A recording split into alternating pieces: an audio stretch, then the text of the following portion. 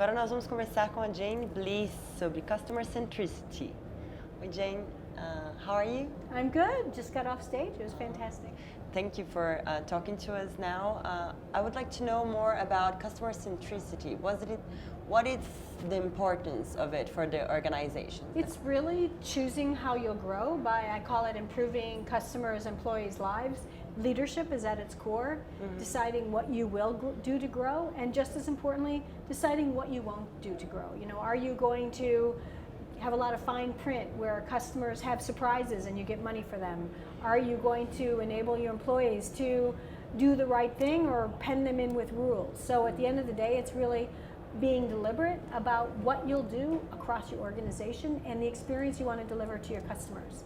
So it can be, you can have a customer centricity in pretty much every kind of culture in an organization, or do we have to have a specific culture too? How can you transpass the barriers? Well, customer experience is a part of every organization, and you've got an employee who you can think about improving their experience as well as a customer.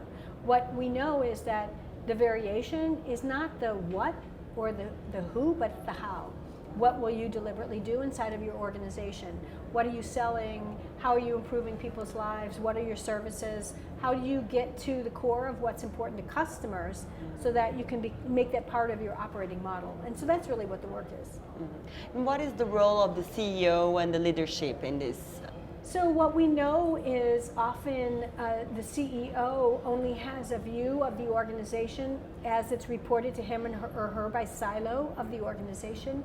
More and more of the evolved CEOs are saying, look, I need you all to work together. I need you to come together as a team, and let's talk about not your silo, but by stage of the customer experience or customer goal, what do you need to do together to make their life better? So they're pushing back on the traditional silo report out to really bring people together and unite them. They're also moving past what the traditional metrics were. It's not about sales, but rather, about did you improve the growth of your customer base? Did they come back? Are they talking about you? What we found is with social media on the rise, you really hear from your customer how you're doing. And so the best CEOs are also harnessing that feedback. And so it's a little related to decisions that you make on everyday basis as well. It totally is about decision making. It's choosing what you will do. So for example, as a CEO, if somebody is presenting to you the development of a new product, you can listen to their new product rollout plan, and in it you might not hear anything in the development of the product where they went and talked to customers, or anything in it where they're involving the service people to be a part of knowing what customers are going to ask about, or anything from an employee standpoint of giving their feedback of what customers need. So CEOs are stopping and telling people to think differently and asking broader questions versus just what people are presenting in terms of their kind of in the moment, in their KPI, in their silo approach. And this is I think it's a lot related to what startups do, that they develop their products whilst they're hearing from the feedbacks from the customers. It's okay for startups to do that, but can big companies do that as well?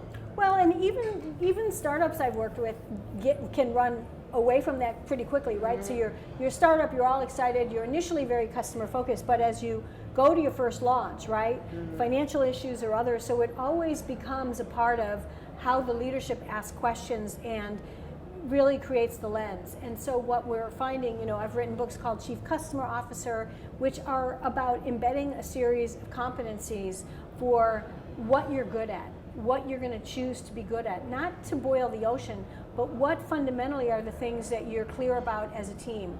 Are you really measuring and honoring the customer as an asset, knowing how many you brought in and how many you lost?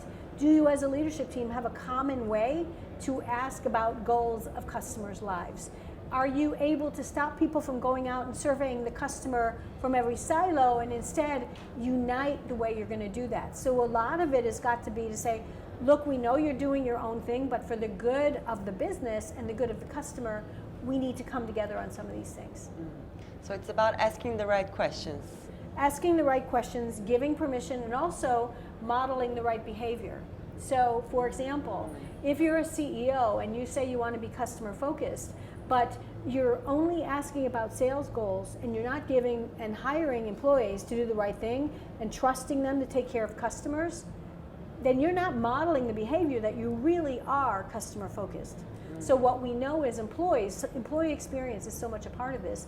Employees need to see proof in their leadership's behaviors and then see those behaviors they themselves can model as well. So the recruiters are Yes. now starting to look at potential candidates to work for the company also as customers. Do you think that's the future, that everyone should be seen as customer?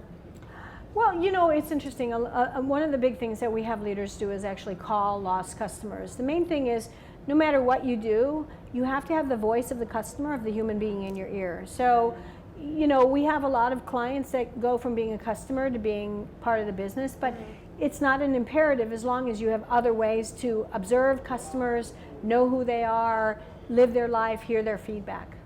Everyone can be a customer. And the thing is, we're all human, right? Yeah. So we all know our emotions and how we respond to things in the world. Okay. Is there anything else that you'd like to share, Jeanne?